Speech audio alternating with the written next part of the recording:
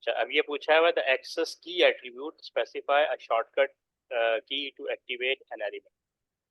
Figure 1 shows some HTML code including an access key attribute. ठीक है, ये यहाँ पे दिया हुआ है href a href booking dot html access key b1 book meeting room whatever. State by the value of the access key attribute in figure 1 is invalid. कुछ idea इसके बारे में? B1 की जरूरत नहीं है, गुड, याद है आपको? सिर्फ B लिख दीजिए। हाँ, लिखा हुआ the value must be a single character और की on the keyboard, so there are too many characters. ठीक है, ये फर्दर डिस्क्रिप्शन दी हुई है. The value of access key attribute in figure 1 is invalid because it does not adhere to the proper syntax for access key value. The access इतनी detail लिखने की जरूरत नहीं, जस्ट अंडरस्टैंडिंग के लिए. The access key attribute is intended to be a single character that represents the keyboard shortcut for activating an element. So in this case, the value B1 is not a valid access key value because it consists of more than one character. यानी इसका एक single character होना चाहिए. A valid access key value should be a single character from the document character set, which typically include letter, number, or specific character. It is used to create a keyboard shortcut by combining the Alt key or a similar modifier key with the designated access key character. To make the value valid, it should be a single character like this one. ठीक है, ये दिया हुआ. In this character example, the access key value is B, representing the keyboard shortcut key as the Alt B combination. तो Alt B की जगह हम B press करेंगे तो ये परफॉर्म करेंगे. ठीक है जी, ओके. अब पूछ रहा है describe the block level element. याद है आपको? describe the block level element.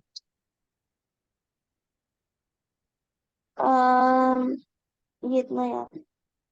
अच्छा, ये देख लेते हैं. ये यहाँ पे दिया है. इसके 2 पॉइंट लिखने. Start on a new line, there is a margin before and after the element, और new line are created before and after the element. Takes up the full width available, can contain other block level और inline element.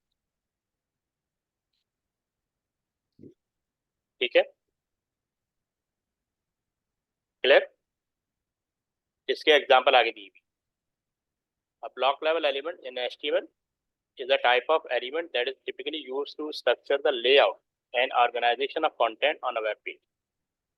Block level elements create blocks in the HTML document, and each block typically starts on a new line and extend the full width of its containing element or the viewport. Key characteristics of block level element include block formatting, context होना चाहिए, full width होना चाहिए, stacking हो सकता है, common example हो सकता है. तो ये नीचे एग्जांपल दी हुई.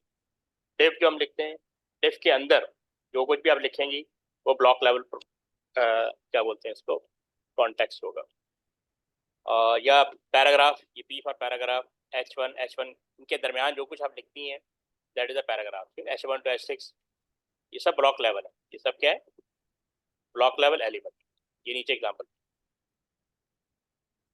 क्लियर? जी, ओके. ये यहाँ पे practical example the. Here is an example of block level element, a div element and it's typical behaviour. तो हमने ये लिखा हुआ है डिव, ये डिव आ गया. अब इसके अंदर 2 पैराग्राफ आ गए और डिव यहाँ पे क्लोज. तो इसको हम कहते हैं ब्लॉक लेवल एलिमेंट, जो ब्लॉक के अंदर कोई टास्क परफॉर्म करवा दे, पर्टिकुलर टास्क. ठीक है,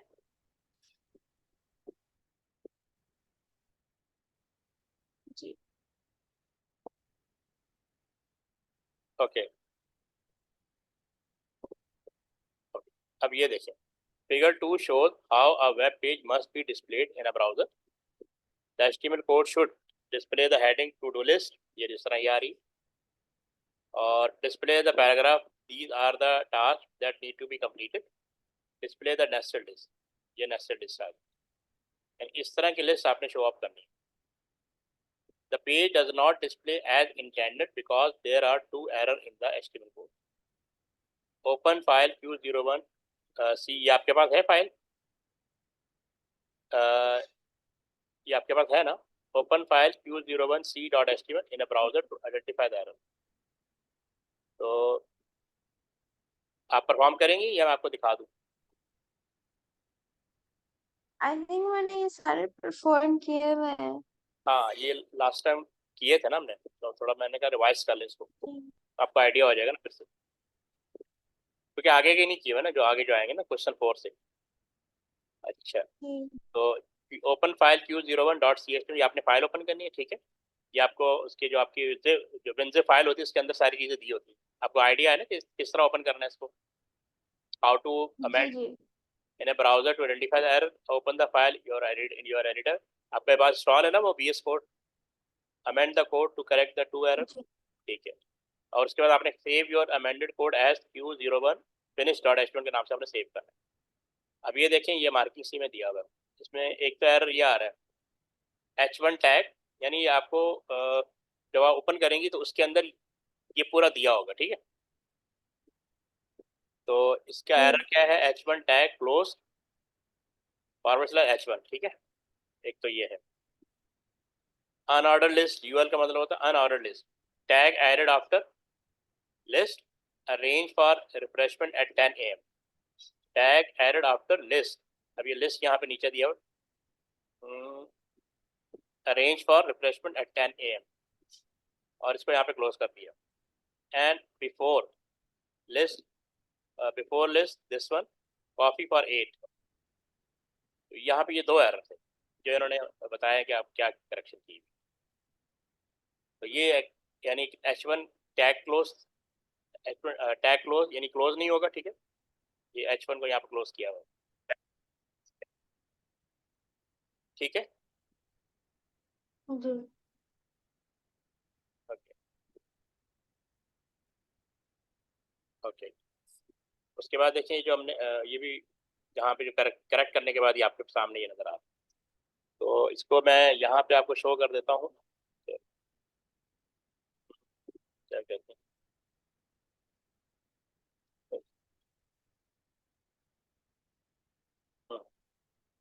ये रहा, आ रहा है VS कोड नजर आ रहा है आपको? जी अच्छा, ये C1 का है, ये वाला, हाँ। अच्छा, ये वाला, इसको आपने राइट क्लिक करें, ओपन विद लाइव सर्वर, तो ये आपके पास सामने लिस्ट आ गई,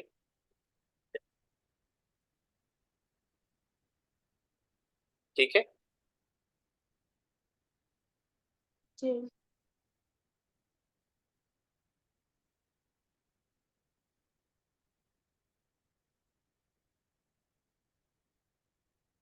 ओके, तो अभी वापस प्रेजेंटेशन की तरफ चलते हैं। तो ये वर्कआउट कर रहा है, ठीक है। जी उसके बाद ये question explain one difference between functional testing and usability testing when creating a web page.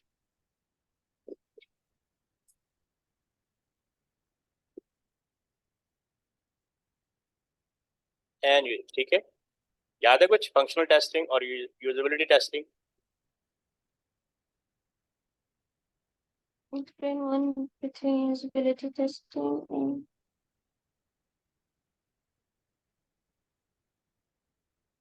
नहीं नहीं याद, ठीक है, अभी देख लेते हैं। Functional testing assess whether the web page works the way it should, whereas usability testing assess how easy it is for a user to use the web page, ठीक है। इस पे ये चीज बता दी कि functional testing assess whether the web page works the way it should, यानी हमने जो वेब पेज बनाया हुआ है वो according to requirement work out कर रहा है नहीं कर रहा है, इसको हम कहते हैं फंक्शनल टेस्टिंग, ठीक है। यानी जैसे आपने पीछे देखा, अब ये पूरी लिस्ट की रिक्वायरमेंट थी ना, तो जो चेंजेस की उसके बाद आपको सामने ये पूरी लिस्ट इस तरह आनी चाहिए, ये फंक्शनल टेस्टिंग। ये जो रिक्वायरमेंट दी हुई है इसके अकॉर्डिंग वेबसाइट को वर्कआउट करना चाहिए, क्लियर, ठीक है। जी तो जो भी रिक्वायरमेंट दी है उसके अकॉर्डिंग ये काम वर्कआउट करना चाहिए। फिर कह रहा है कि whereas usability testing assess how easy it is for a user to use the web page. तो आपने देखा होगा सम टाइम कुछ वेब पेजेस जो बने होते हैं वो इतने अच्छे नहीं होते हैं, बहुत कॉम्प्लिकेटेड होते हैं, इंफॉर्मेशन गैदर करने में, सर्च करने में डिफिकल्टी आती है। तो वेबसाइट जितनी ईजी हो, सिंपल हो, एवरी इंफॉर्मेशन अवेलेबल हो, तो उसको हम कहते हैं वो उतनी ज़्यादा यूजेबल वेबसाइट है, तो उसको कहते हैं usable testing. To complete the task और टेस्टेड बाय अदर यूजर, तो वो कोई भी टास्क इजीली परफॉर्म हो सके, उसको हम कहते हैं कि वो यूजेबल है। Clear?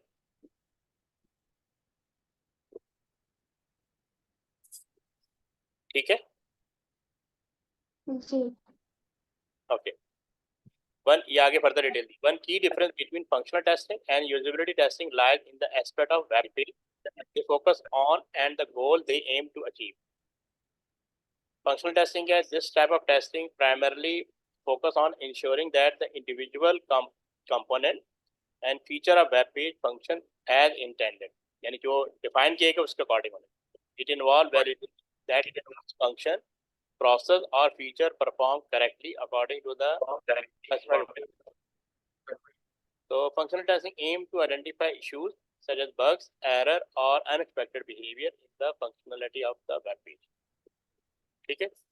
Usability testing, on the other hand, is concerned with how user-friendly and effective the overall user experience is. It evaluates the ease with which user can interact with the website, find information, and accomplish tasks. ठीक है? Usability testing aim to uncover user interface issues, navigating problem, यानी first, next, last, previous, move कैसे करना है, and other factors that may affect the overall user satisfaction and everything. यानी आप कितना easily website को यूज कर सकते हैं, उसको कहते हैं usability. In summary, while functional testing ensure that the different part of the web page work, यानी जो बटन लगाए हैं वो बटन काम कर रहे हैं, कोड काम कर रहा है correctly. Usability testing focus on how well the entire system meets the need of its user. User कितना easily इसको manage कर रहे हैं. Emphasizing aspects like user satisfaction, efficiency, and ease of use. So both type of testing are essential for delivering a high quality web page that not only functions properly but also provide a positive and effective user experience. ठीक है? Is this clear? ठीक है। अब next एक और practical थोड़ा हानि है बीच में ही. CSS is used by browser to style HTML element. Rules are created using CSS attribute selector such as ये पावर का साइन दिया हुआ है and dollar का साइन दिया. There are two rules. Rule 1, image alter power equal to bees. Rule 2, image alter dollar equal to bees. Explain the difference between rule 1 and rule. तो ये 2 marks का है. Rule 1 will find images or element will alter values that begin with bees /a specific value.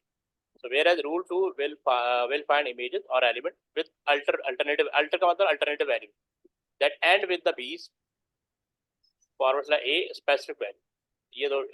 अभी कह रहा है power will apply to all images or element that have an alter value that begin / is prefixed with bees 1 mark, whereas dollar will apply to all images or element that have an alter value that end with / is suffixed with the bees.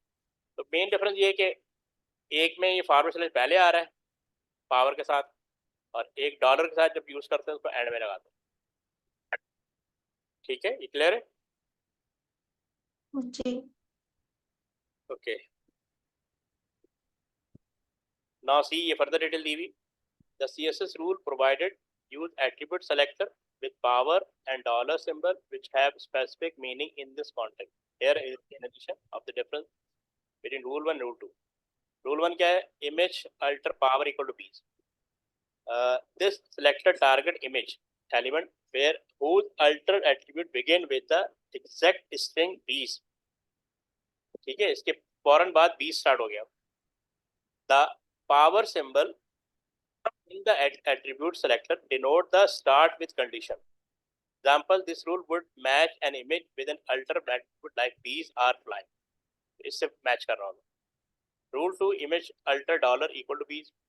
This selector target image element whose alter attribute end with the exact string bees. यहाँ पे bees end में आना चाहिए. वहाँ पे वो beginning check कर रहा है power वाला, और यहाँ पे ये ending check कर रहा है. The dollar symbol in the attribute selector denote the end with condition. Example, this rule would match an image with an alternative attribute like I love bees. तो आखिर में bees आ गए, समझ आई? यहाँ पे bees पहले आ रहा है और यहाँ पे bees एंड में आ रहा है, एग्जैक्ट वर्ड मैच होना चाहिए. In summary, rule 1 target element with an alternative attribute that start with B. Rule 2 target element with an alternative attribute that end with the B. Okay. These selectors provide a way to apply style specifically to elements based on the content of their alternative attribute, allowing for more granular control over the styling based on the specific characteristics of the attribute value. ठीक है.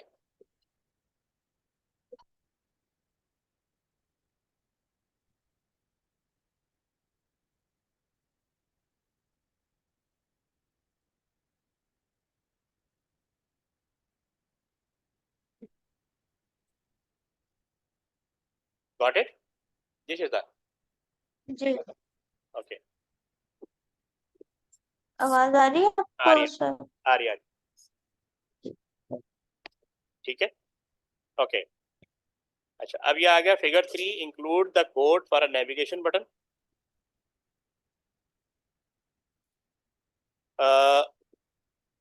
Style image hover opacity, ठीक है, ये दिया हुआ है. line 7 and 8 in figure 3 show CSS styling for the image on line 14 era. Describe the effect that CSS code on line 7 and 8 has on the image. Okay. जब आप hover करेंगे तो उसकी opacity 0.5 हो जाएगी. बिल्कुल. तो यहाँ पे दिया when the user hover over the image, it will become half as or less opaque. ठीक है, 0.5 से. So when the user hover over the image, it will become twice as more transparent. तो इनमें ये दोनों पॉइंट निकल. ठीक है.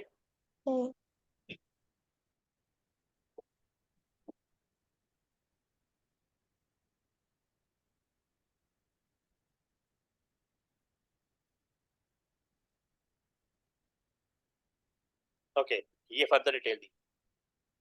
The CSS code on line 7 and 8 in figure 3 specifies a styling effect for the image when it is in a hover state. Let's break down the effect of the CSS code. ये दिया हुआ है. Image आगे hover लिखा हुआ है, यानी अपने राइट कैसे करना. ये कर्ली ब्रैकेट आएगी, opacity colon dot semicolon close करेंगे. The selector image hover target the image element when it is in a hover state. Property. Opacity is a CSS property that controls the transparency of an element.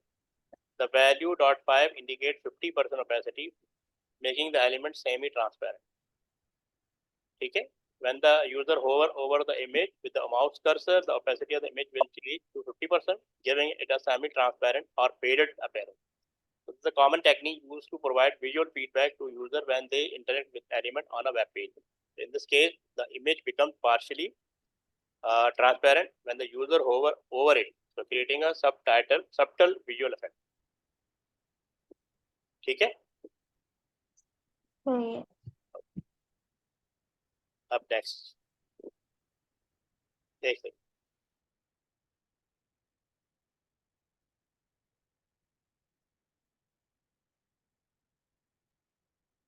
Okay. अब यहाँ पे लिखा web page contain a square. The square must be centred horizontally. The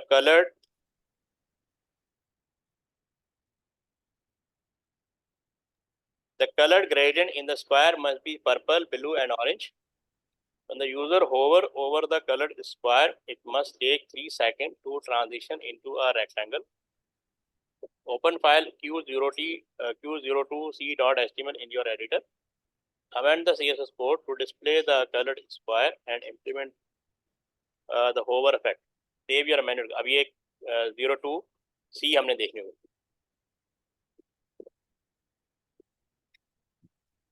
तो देखते हैं, ये already किया हुआ है. ये है ना. ठीक है, इस पर चला के देखते हैं. ये आ रहा है, ये है. over the twist square to see the shape change towards rectangle.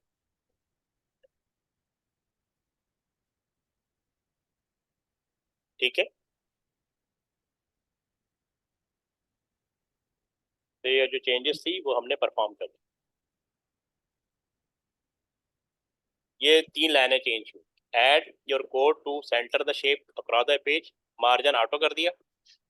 Add your code to set the colour of the shape, background dash image colon linear gradient purple blue और ऑरेंज, ये कलर सेट कर दिए। Add your code to set the transition time through 3 second.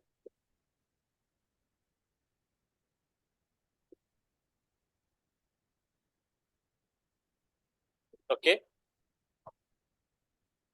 जी ठीक है, okay, clear आपको? जी sir clear.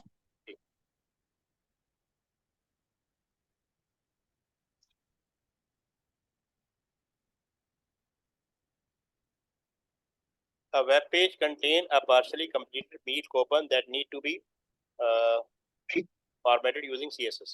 The completed meal coupon must have the image of the Caesar rotated 90 degree, dash border, font size of 50 pixel for the text meal coupon, and italicized coupon number. Open file q02d.html in your editor. Amend the code to complete the formatting of the meal coupon. So save your amended code as whatever. तो यहाँ पे ये वाली changes जो given है 4 marks का है, D1 D2 D3 D4। तो सबसे पहले यहाँ पे ऐड करना है, add your code here, transform rotate 90 degree, ये वाला लाइन लिखनी है, ठीक है। ओके, फिर ये add your code here border style dash कर देंगे, ये D2 हो गया। H1 font size set to 50 pixel, ये फॉन्ट साइज 50 पिक्सल कर दिया। और coupon number italicise, font style italic. Clear? जी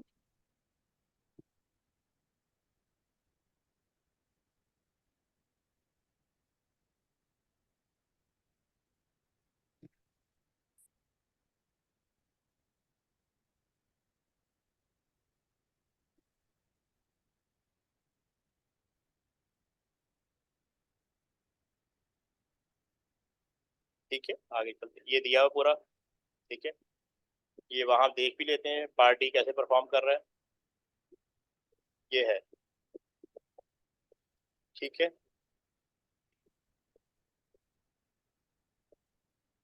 ये है मील कूपन, ये इटैलिसाइज भी हो गया, ठीक है। जी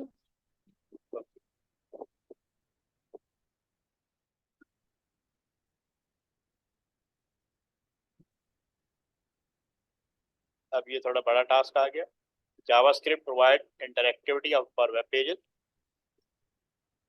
Regular expression can be used to validate user input.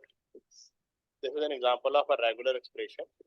Backslash D for A to D, whatever जो भी दिया हुआ है. This regular expression would validate user input to ensure it matches this format. तो ये जो रूल दिया हुआ है ये बेसिकली इसको इंश्योर करेगा। 4 डिजिट नंबर 0 to 9, ठीक है। बैकस्लैश डी का मतलब 4 डिजिट होने चाहिए। 2 upper case from A B C और D, A to D के दरमियान कोई लेटर होना चाहिए और अपर केस होना चाहिए, और 2 होने चाहिए। 1 or more of the character R plus, ठीक है। 1 lower case A to Z the character F or the character 9 F or G. Example of valid input include 1034 AA RR BF whatever. Example of invalid input include triple on ABC rag dot, ठीक है। Give one reason why the input RO1 ABTH would fail validation using the regular expression. कुछ idea है इसके बारे में? A to R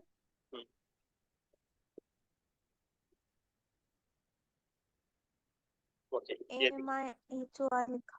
एक ही mark का बताना है कि क्या इसमें T forward slash the 6th character is not in the range A to R ना, कि A to D होना चाहिए, इसमें A to R दिया हुआ है,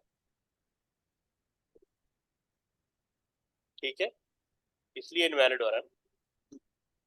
वन और जी। More upper case character missing from the end of the input, ये भी आ रही है, वन और मोर अपर केस, ये कहाँ मिस हो रहा है, वन और मोर अपर केस, वो अपर केस होने चाहिए।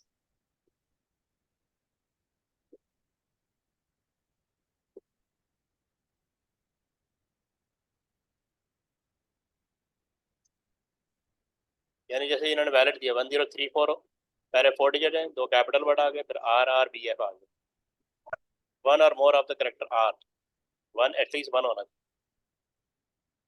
एफ और ये सिर्फ R है, हाँ एक और होना। ठीक है, okay.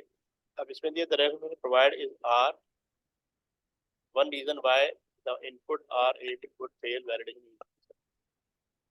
In the regular expression A to R3, expect three lowercase letters between A and R. However, the input RO1ABTH contain the sequence ABT, where T is beyond the range specified in the regular expression. The requirement is for three lowercase letters between A and R, and the presence of T in the input violates this condition, so causing the input to fail validation. ये reason है, ठीक है? जी। Okay. Three further, to correct the regular expression for the input RO1ABTH, you would need to adjust the pattern to match the expected format based on the provided example. It seems like the regular expression is meant to validate an input pattern that start with R, followed by two digit, followed by three lowercase letter between A and R, followed by either H or M, and ending with one or more uppercase letter. Here, corrected version of the regular expression. This regular expression can be used to validate input like RO1ABTH, where this regular expression can be used to validate input like RO. ये पूरा दिया हुआ है. Give one example of an input that would pass validate using the regular expression. ये हो जाएगा? क्या करेंगे इसके अंदर?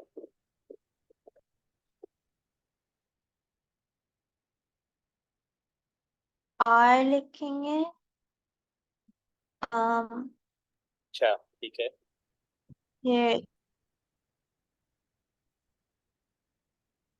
फिर D, फिर /D, ठीक है. फिर 2, तो वो क्या आएंगे? Capital character. नहीं,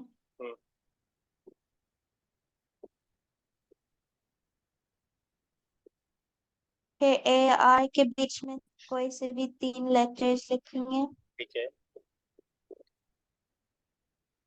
H और H या M लिख, ठीक है. और फिर A to Z में से एक लेटर, और फिर प्लस। चलिए ये देख लेते हैं. आपने पहले का आर क्या होगा? अपर केस, ये अपर दिया हुआ. Upper case. टू डिजिट्स, दो नंबर आएंगे. ये डिजिट 2 लिखा ना, D2 का मतलब है 2 डिजिट आएंगे, ठीक है. लिखा हुआ three lower case letter from A to R, ठीक है. और फिर लिखा हुआ द करेक्टर H और द करेक्टर M, इनमें से कोई एक होना चाहिए. वन और मोर अपर केस करेक्ट. जी। यहाँ फर्दर दिया हुआ है.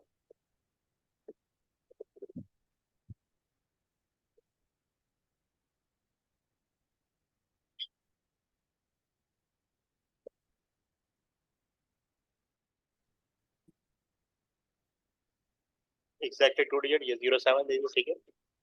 Actually three lower case letter A and R, B C D लिख सकते हैं. H और M, आइदर H और M, ठीक है. A to D plus one और more upper case letter X Y Z. A to D आप कुछ भी लिख सकती हैं, ठीक है, एक सिंगल नहीं आएगा. वन और मोर, हाँ सिंगल भी आ सकता. तो the input RO7 B C D M X Y Z matches the pattern specified by the regular expression and would pass validation. Write a regular expression that will validate user input. it must ensure the input begin with 3 uppercase characters, is then followed by 2 digits, is then followed by 1 or more lowercase character, is then followed by the digit 4 or 9.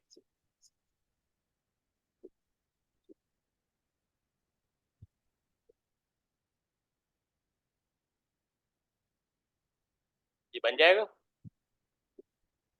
Ji.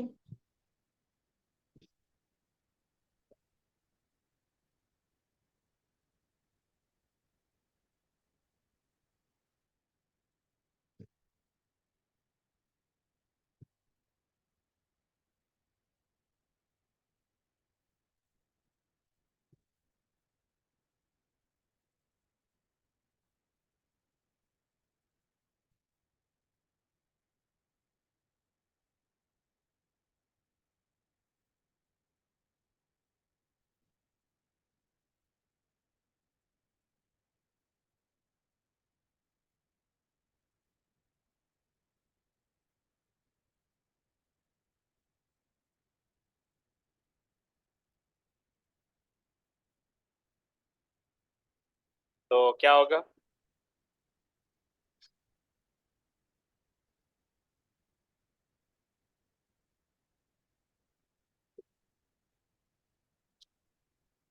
A to Z upper case ठीक है, brackets में, फिर curly brackets में 3 लिखेंगे, फिर slash D, फिर 2 curly brackets में 2 लिखेंगे, ठीक है, फिर ब्रैकेट्स में A to Z okay, plus, फिर ब्रैकेट्स में 4 और 9 लिखेंगे। ए टू दी स्क्वायर ब्रैकेट में आएगा, ठीक है, कर्ली ब्रैकेट में 3 आ गया, ये बैक स्लैश आएगा, फिर स्मॉल डी आएगा, फिर कर्ली ब्रैकेट 2 आएगा, फिर स्क्वायर में ए टू दी स्मॉल लेटर में आएगा, प्लस फिर 4 और 9। ठीक है, यही बताया आपने।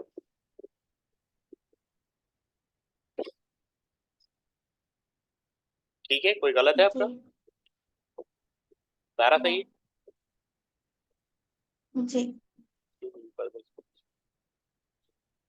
ये फिर आ गया Q03.html.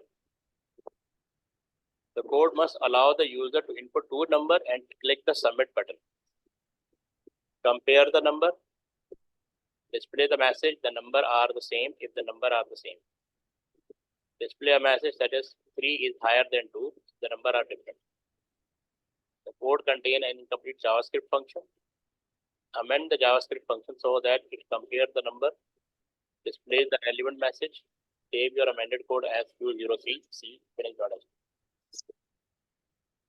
ठीक है, अब देखें ये यहाँ पे उन्होंने वर्किंग दी है, condition that check if the two number are the equal. तो आपने ये कंडीशन लिखनी है, इफ लिखना है num1 डबल इक्वल num2 और करली ब्रैकेट डाल के ये मैसेज इक्वल और डबल कोटेशन के अंदर मैसेज आ जाएगा, द नंबर आप, ये आपका C1 हो गया, कोड 1 हो गया। ठीक है, उसके बाद second condition that check if num1 higher than num2।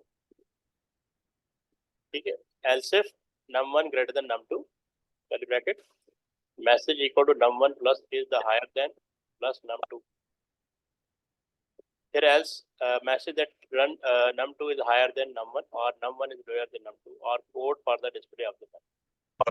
Else message equal यहाँ पे आना चाहिए num2 plus ये प्लस का जो साइन है कॉन्केटिनेट करने की is higher than double quotation के अंदर मैसेज आएगा प्लस num1 और आखिर में अलर्ट मैसेज। क्लियर है यहाँ तक?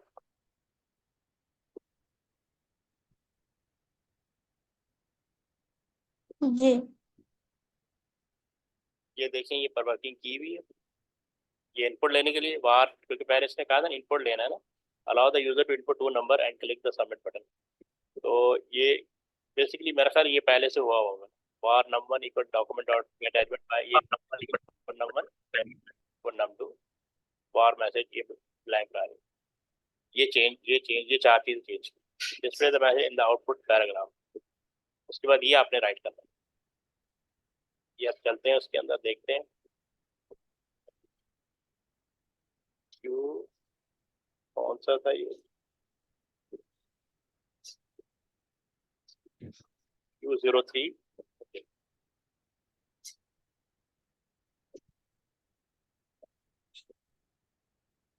ठीक है, ये वाला है।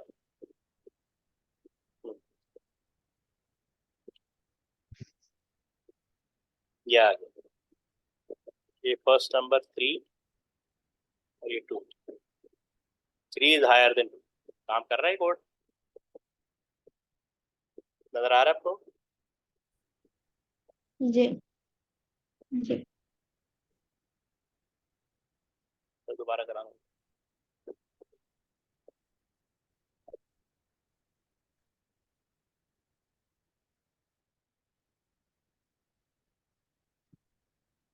2 3 ठीक है, अरे हाँ ठीक है, ठीक है, यही आएगा ना। ठीक है,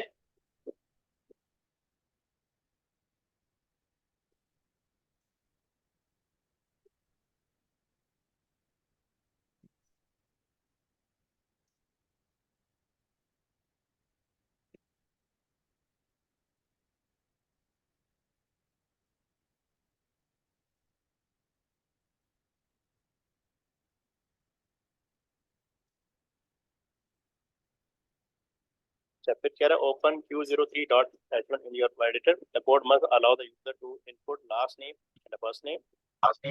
Click the add button to add the last name and first name to the array. Click the display button to display the content of the array of names. The code is incomplete. Amend the code to call the add name function when the add name is selected. Add the last name and first name to the array. Display the name in the array. ठीक है, तो ये देखते हैं चार changes है। एक पे है add name function is called 1. तो amend the code to call the add name function. तो यहाँ पे एक फंक्शन बनेगा, ये बना हुआ है फंक्शन के नाम, ये लिखा ना यहाँ फंक्शन add name, इसको कॉल करना है। जी तो amend the code to call the add, अच्छा सिर्फ कॉल करना है, ये पहले से बना होगा, ये पूरा फंक्शन बना होगा। ओके, यहाँ पे input type equal to button ID, button add value add on click add. तो बेसिकली इसको हमने कॉल करना है, और एक फंक्शन बना हुआ है the first name that has been input is stored in a variable. The first name that has been input is stored in a variable. ठीक है, the last name the last and first name are added to the array in the correct array. The name in the array are displayed. अच्छा, अब ये यहाँ देखते हैं। हाँ, ये हमने किया ना फंक्शन ऐड ने store the last name value change, और इस फंक्शन के अंदर हम ये चेंजेस परफॉर्म करेंगे। और store the first name value, ये भी यहाँ पे चेंजेस आ रही हैं। Name array dot push name one name comma first name comma F name, add the last name and first name to the array. अच्छा, ये लास्ट नेम और फर्स्ट नेम है, तो ये तीन लाइनें राइट करनी है फंक्शन ऐड नेम के अंदर। फिर ये फंक्शन डिस्प्ले नेम है, वेरिएबल आउटपुट ये पहले से दिया होगा, initialise an empty string to hold the output. और ये जो लाइन है display the last name followed by the first name, यही display the output in the designated element. और तो ये तीन लाइनें लिखनी है। ठीक है, ये हम देख लेते हैं वहां पे।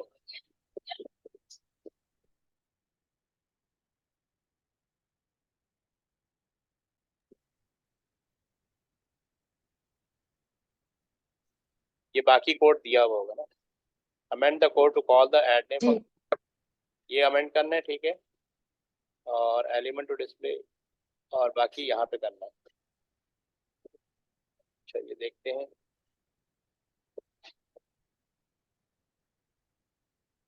ये पहले से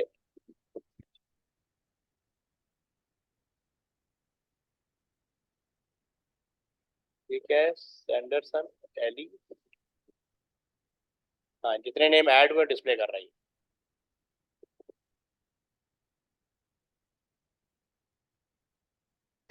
यहाँ पे अरसलान,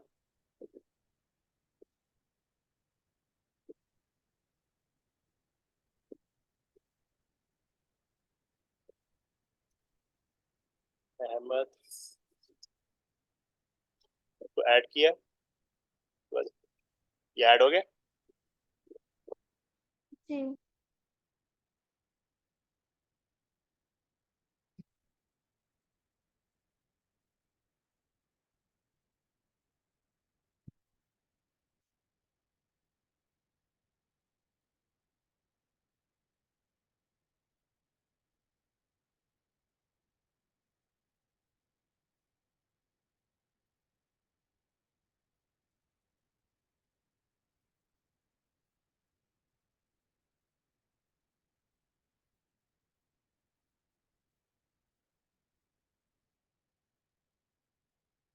ओके, ये हो गया। चलो इसको करने के बाद, हाँ अच्छा कह रहा है की press and key up or keyboard event, explain one difference between the key press event and the key up event। तो ये दिया हुआ है, key press event will be triggered when the user presses the character key, whereas key up event will be triggered when the user release the key। So key press indicate the character, whereas key up indicate the key Releases the that was pressed। ठीक है, तो ये easy है। चले यहाँ तक काफी है। क्वेश्चन 4 और फिर 5 और 6, 3 क्वेश्चन रह गए, नेक्स्ट क्लास में डिस्कस कर लें।